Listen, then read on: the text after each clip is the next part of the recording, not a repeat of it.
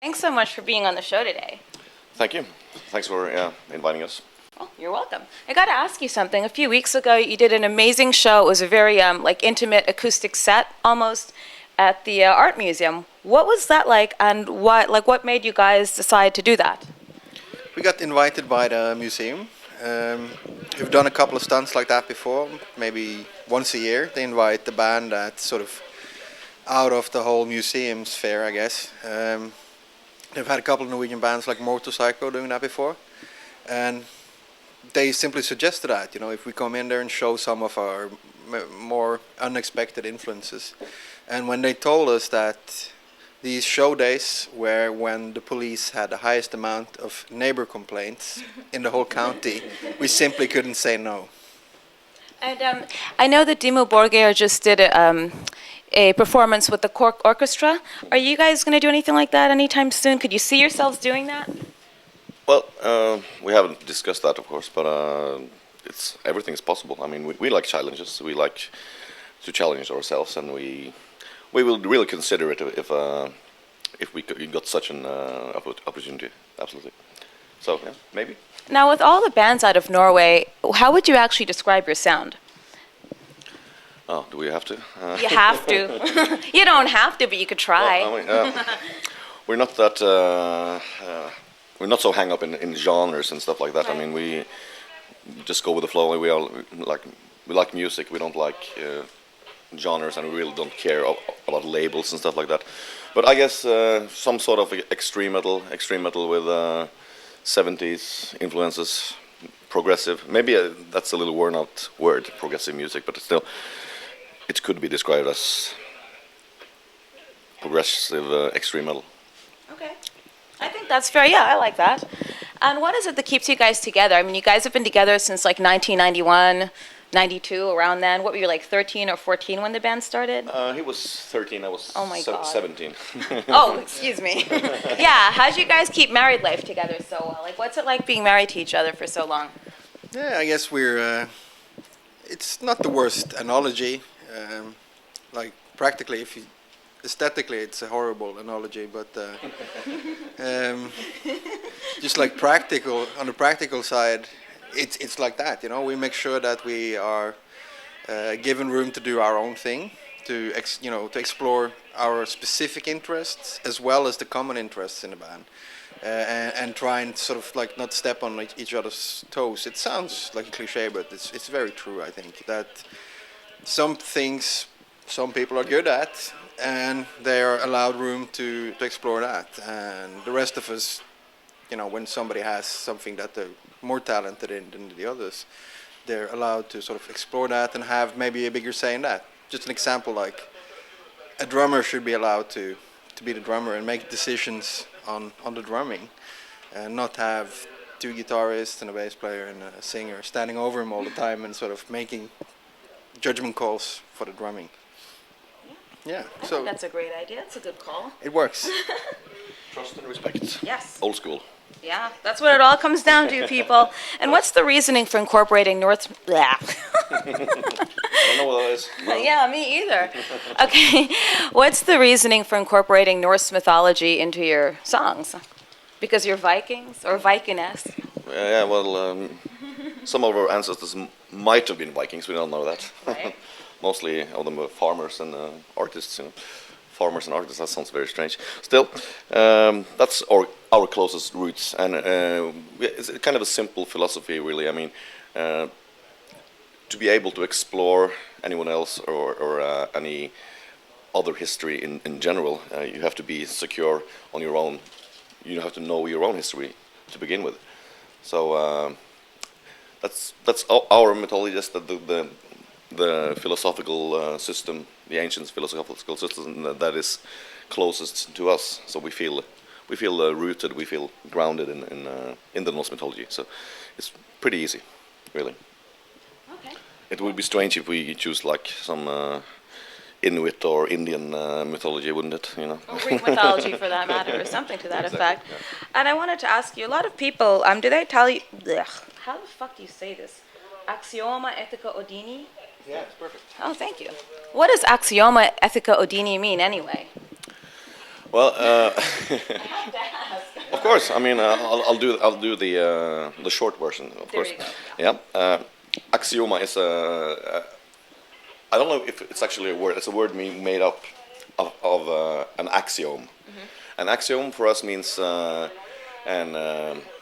undisputable philosophical truth, which kind of be a sentence. It could be a poem, and in this case, Ethica Odini is a Old Norse poem written in somewhere between the 8th and the 12th century, put together by different authors, of course. And the Latin translation of that poem was called Ethica Odini in 1667 or something like that. So we thought of might be a catchy title, So for us, this poem is like a poem with 104 verses. It deals with interaction between human beings, ancient wisdom that we kind of want to reinvent because it's been sort of wiped out during centuries of Christianity and stuff like that. But you can still find something really suitable for today's society. So we kind of, to us, that is the biggest philosophical axiom, that poem. So was that short enough? I don't know. Yeah, there you have it. It's good. It's very well done. We're gonna release the long version on a 5-season DVD series. And I'm going to be the first to buy it, damn it. Yeah, speaking of which, what do you guys think of the current state of the record business and people downloading and doing YouTube and that crap? Yeah, I think YouTube, whatever it's called. I think we're actually past like the worst. What might have been mistaken for like death spasms, I guess would just transition period or menopause or puberty or whatever you can call it, where the whole record industry sort of went through some changes. Some people thought seriously that the whole thing was going to die, and then you would have to go out into rehearsal rooms, bring your USB stick and get the music directly from the bands, because there would be nothing left. But what you're seeing now is a consolidation where the small record companies that actually work besides the artists, not above them, they're going to survive, I think, because they're in touch with the fans. They know what they want. The vinyl is becoming important, and that's, for me, the ultimate proof that people want something physical, a physical manifestation of the art. They're always going to want that in concerts and in music. So I think the worst is behind us, and now everybody, the fans, the bands, and whatever remains of the industry, are going to have to work together. Yeah, I hope they start making vinyl again, because I remember buying like all my old King Diamond albums on vinyl. It was the best thing ever. Yeah. Speaking of which, Truls Espedal, the artist who does all of your artwork, what would you say is the main reason you've kept him around since almost a decade? 2001, Yeah, 2002? That's a long time. Well, I think we kind of grew together. We work very. It's a very easy. It's a very the work. I don't know. It's pretty flawless. The cooperation we have. Me and him comes up with a concept of the artwork, which is closely linked to the lyrics, and then we would invite Truls to come to Bergen to have a meeting, a couple of beers, and bring some pen and papers, and we just tell him our ideas, and he was like, something like this, perhaps.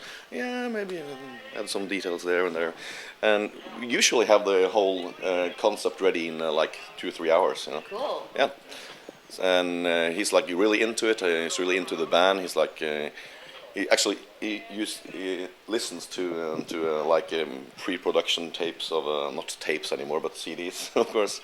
I listen to the new tracks while painting it, so it's everything is like really incorporated.